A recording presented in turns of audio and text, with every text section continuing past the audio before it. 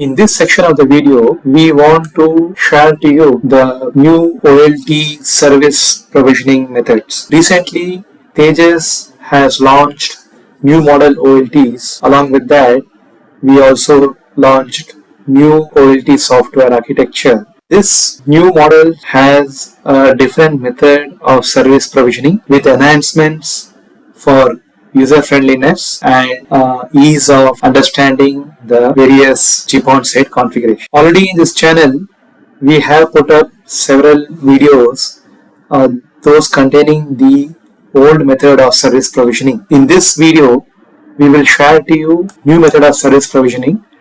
Taking up an example, here we are going to be creating an RG mode IPORE service with DHCP mechanism. So RG mode implies we are having ONTs inside which we have to create individual WANs to make the traffic through. To explain this demo, I have here setup. You can see here this is a setup having 4 ONTs, and the ONTs are all connected to an OLT on port number 5. So each ONT will be creating a WAN with VLAN 700, and on the uplink here we can see the Ethernet port number 8 is used, and the VLAN 700 will be passed onto a uplink which has a DHCP inbuilt mechanism. So this server individually assign automatic IPs to each of the ONT WANs here.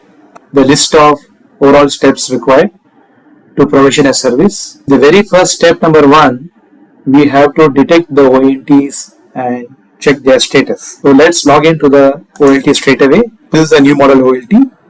On the left side, we have the GPON folder. Navigate to the GPON folder and we go to the maintenance, and here we can see a folder manage ONT. We can open in the new tab. Down below we see there are 4 ONTs in activated state in the green color. These ONTs are all connected to the PON port number 5. So let us open one ONT. This is the ONT number 4 connected to the PON port number 5, and this is the ONT serial number, and we can see the admin is active and physically it is activated. And if you click the show additional info here, we can see that the ONT is having the recommended optical power levels. Power here is minus 11 dB and the TX power here is 2.5. This is a receive power at the OLT. So the step number 1 is we need to check whether all the 4 ONTs are activated and ready. So that is seen here. Reflect the step number 2, we need to create the GPON side profiles. We have to create the upstream bandwidth and TCON mapping, and then we'll have to mention the VLAN operation. The service provisioning, we start in the upstream direction. We start from the ONT side and then we move to the uplink Ethernet side. Step 2, we have already created here. So we click the reload menu, the menu gets compressed. So the GPON folder, under GPON folder, we have the folder traffic configuration I have already created. You can see here I created upstream bandwidth. So showed is 10 Mbps and the maximum bandwidth is 100 Mbps. And then this is encapsulated in a TCON service profile. And under the TCON mapping profile, we are mentioning what is the type of TCON. And here we can see this is the VLAN tag operation which I am doing. VLAN 700 is taken on the ingress of the ONT, and the VLAN 700 is egressed out of the ONT into the PON port. So step number 3, we have to create the WAN for each ONT and push it from the OLT to the ONT. We don't need to visit the ONT site to create a WAN. There's a folder ONU WAN configuration. For each of the 4 ONTs, we can see I have created individual WAN. And there's a sync button here. If we press that, we can get what is the IP currently assigned into the ONT. And this is the MAC address of the. So step number 4, we have to attach the traffic profiles to the ONT. So these profiles are created. We can see here, go to traffic configuration and click on the ONU profile configuration. We'll have to nominate the bandwidth and TCON details, and we'll have to nominate the VLAN operation that we are doing. This is the step. We're done with the GPON side.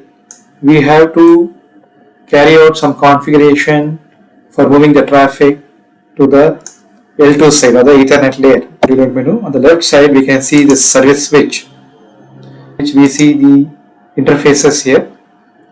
So just check whether we want the port number 8. So physically, whether the port number 8, we can see here the port number 8 is up and it's green. Our server is physically communicating to the Ethernet port number 8. Next is we go into the service provisioning on the L2 side. Click on the ELAN services. So I'm into this step. We'll have to create a flow point to the uplink port, and we'll have to create the gem flow points to each of the ONT. So we can see here a point connecting to the physical port, and these are the gem flow points. So to each of the ONT, a gem channel is created,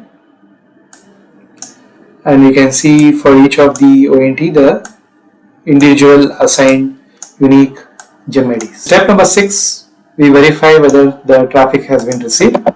So we come back here, click on reload menu, click on GPON, then go into ONU WAN configuration, and we can see here